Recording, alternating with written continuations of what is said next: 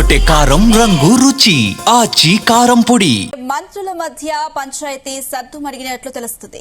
PCC chief Mahesh Kumar Goud breakfast meeting లో ఇద్దరి మధ్య సయోధ్య కుదిర్చినట్లు తెలుస్తుంది. అయితే మీటింగ్ కు హాజరైన మంత్రి అట్లూరి ఎడమొహం పెడమొహంగానే ఉన్నారు. మీడియా ముఖంగా అన్న మాటలు అనలేదనడం ఆయన విజ్ఞతకే వదిలేస్తున్నట్లు అట్లూరి అన్నారు. చింతిస్తున్నాను అని చెప్పకుండా పొరపాటు జరిగిందని చెప్తే బాగుండేదన్నారు.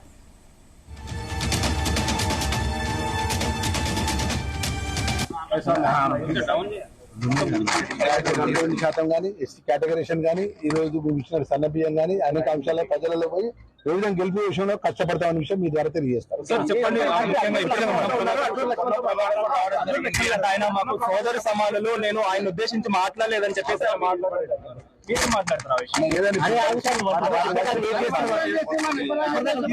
మామూలుగా మిమ్మల్ని ఉద్దేశించి మాట్లాడారని చెప్పేసి మీకు సంబంధించి మీరు మాట్లాడడం జరిగింది. కానీ ఆయన మాత్రం నేను మిమ్మల్ని ఉద్దేశించి మాట్లాడలేదు, ఆయన నాకు సోదరు సమానులు అని చెప్పేసి కూడా ఆయన మాట్లాడడం జరిగింది.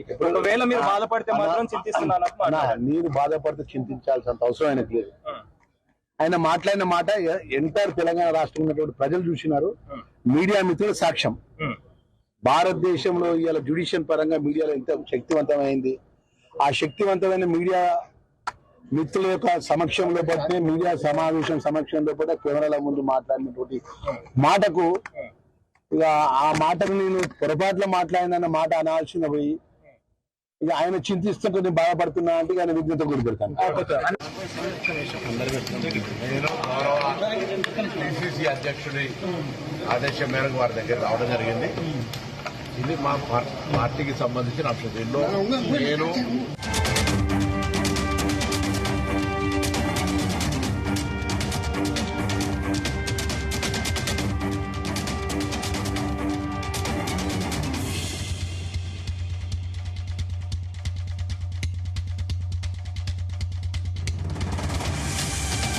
మంత్రుల మధ్య పంచాయతీ సద్దుమణిగినట్లు తెలుస్తుంది. PCC chief Mahesh Kumar Goud breakfast meeting లో ఇద్దరి మధ్య సయోధ్య కుదిర్చినట్లు తెలుస్తుంది.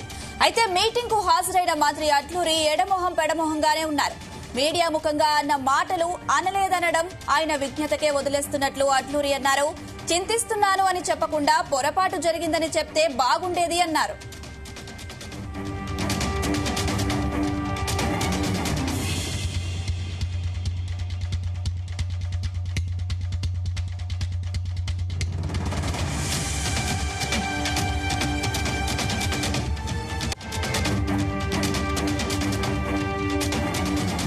గుమగుమల వంటలే వంటలే అదరగొట్టే కారం రంగు రుచి ఆచి కారం పొడి.